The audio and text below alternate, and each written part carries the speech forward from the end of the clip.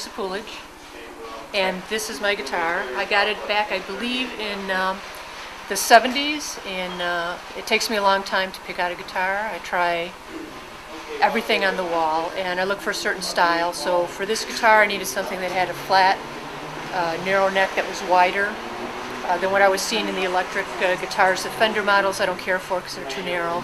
So after a lot of hunting, I found this, and then it didn't hurt that it had this ornate fretwork on it, which I really appreciate, and then all the woodwork. I like all the detail that was put into it.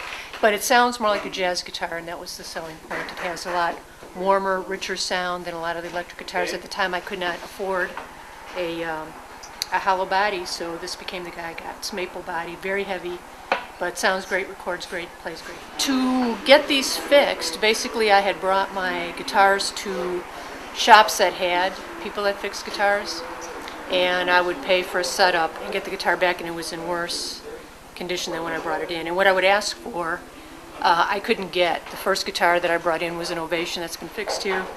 And it needed fretwork, but instead they just shimmed it to get past the buzzing. So they made it less playable. It still buzzed, and the frets were cutting, so it really needed the kind of work that I had done here. So I came to take the class to find out how they did the work and if I could afford it and get my guitars fixed. But now that I'm here, I'm going to take all of their classes and just hang around till I learn everything I can.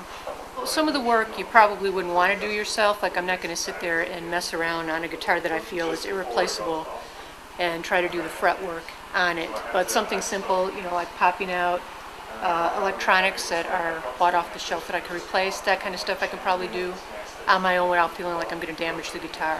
So I don't feel like I won't use any of the stuff that is being shown, but I wouldn't do it on my more valuable guitars. If I had something newer, or I bought something just for the purpose of learning how to do it.